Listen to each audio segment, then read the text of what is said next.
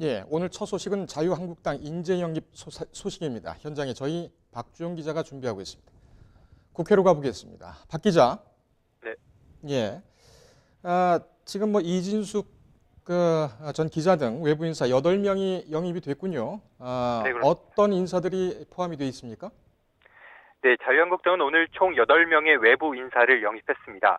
경제 전문가로 윤창현 서울시립대 경영학부 교수와 김용화 순천향대 IT 금융경영학과 교수, 그리고 김성원 전 두산중공업 부사장을 영입했습니다.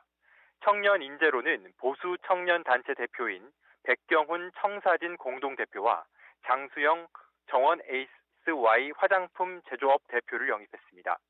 또한 언론 전문가로 이진숙 전 대전 MBC 사장을, 과학 탈원전 전문가로 정범진 현 경희대 원자력공학과 교수를, 여성 인재로는 양금희 여성 유권장 연맹 회장을 영입했습니다. 한국당은 오늘 인연극까지 하면서 상당히 공을 들여서 외부 인사들을 환영하는 모습을 보여줬습니다. 가장 논란이 되는 부분이 박찬주 전 육군 대장입니다. 네. 오늘 명단에서 제외가 됐는데 일단 보류한다. 이런 입장인가요? 네, 현재까지는 보류로 보는 게 맞을 것 같습니다. 추후에 다시 영입할 가능성도 남아있는데요. 한국당 박맹우 사무총장은 어제 통화에서 박찬주 전 대장 영입에 대한 시기를 좀 조정하려고 한다면서 아예 제외하는 것은 아니다라고 말했습니다. 그러면서 박 전 대장에 대해 아주 훌륭한 분이라고 평가하기도 했는데요.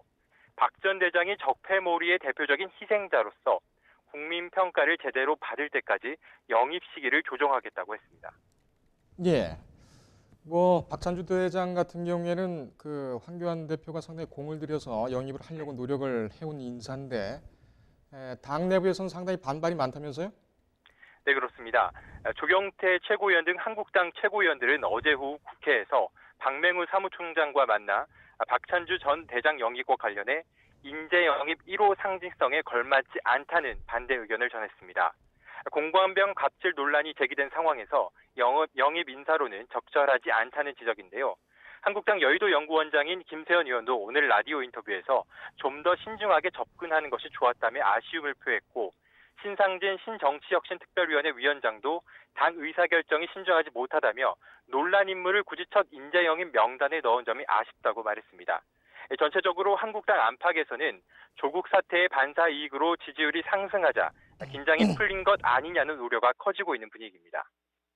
자, 이렇게 여론뿐만 아니라 당내에서도 비판이 있다면 박찬주 전 대장을 영입하려는 황교안 대표의 리더십에 타격이 있지 않겠느냐 이런 전망도 나오고 있습니다.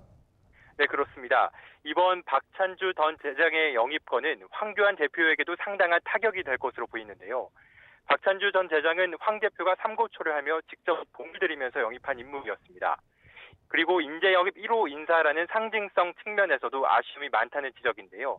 여기에 최근 불거진 표창장 논란과 패스트트랙 수사 대상자 공천 가산점 논란 등으로 악재가 거듭되고 있는 상황 등을 볼 때 황 대표의 리더십에 의문을 제기하는 목소리가 많아졌습니다. 박찬주 전 대장을 제외하고는 나머지 인사 몇몇 보면은 반문재인 이런 특색을 꼽을 수 있을 것 같습니다. 특히 이진숙 전 대전 MBC 사장, 여성 종군 기자로 유명했던 언론인이죠. 네, 이분이 그렇습니다. 평가가 어떻게 되고 있습니까? 말씀하신 대로 이진숙 전 대전 MBC 사장은 박근혜 정부 시절 MBC 보도본부장을 지냈고, 윤창현 서울시립대 교수는 정부의 경제정책을 지속적으로 비판해온 대표적인 학자로 알려져 있습니다. 청년 인재로 영입된 백경훈 대표 같은 경우에는 변상욱 YTN 앵커와 이념 문제로 언쟁을 벌이면서 유명해진 인물인데요. 대부분의 영입 인사 면면을 볼 때 양국당이 혁신과 변화를 이끌고 새로운 모습을 보여주기에는 미흡하다는 지적이 나오고 있습니다. 특히 확장성 측면에서 부족하다는 평가를 받고 있는데요. 지난 총선 당시 더불어민주당 문재인 대표의 외부 인사 영입 행보와는 대조적인 모습을 보여주고 있습니다.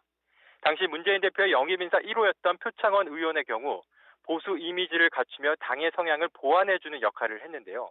그러면서 당시 민주당의 외연 확장에도 큰 도움이 됐다는 평가를 받고 있습니다.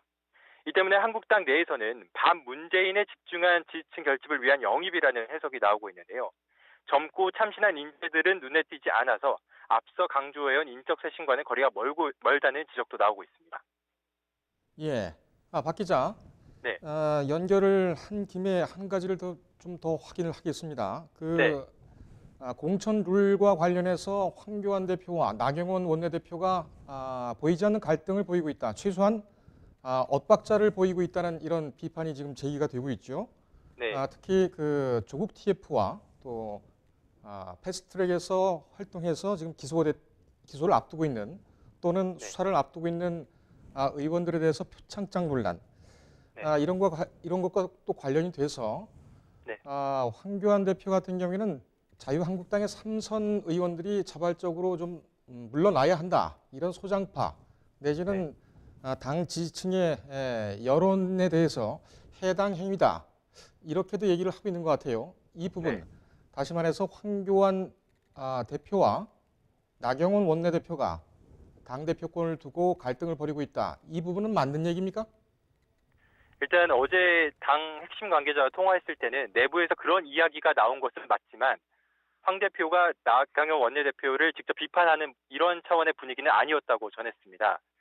다만 황 대표가 먼저 그 패스트트랙 가산점 문제를 제기한 것은 나경원 원내대표였기 때문에 이 문제에 대해서 먼저 외부에 공론화한 것에 대해 약간 언짢은 분위기였다고 읽혀지고요. 나경원 원내대표 같은 경우에는 당시 패스트트랙 수사를 앞둔 상황에서 당의 어느 정도 분위기를 고조시키는 차원에서 이런 이야기를 언급한 것 같습니다. 예, 하나만 더 질문하겠습니다. 황교안 대표가 문재인 대통령의 모친상 빈소를 찾아갔습니까? 네, 어제 저녁 정치협상회의가 예정돼 있었지만 정치협상회의에 불참하면서 이제 모친상을 이유로 불참을 했는데요.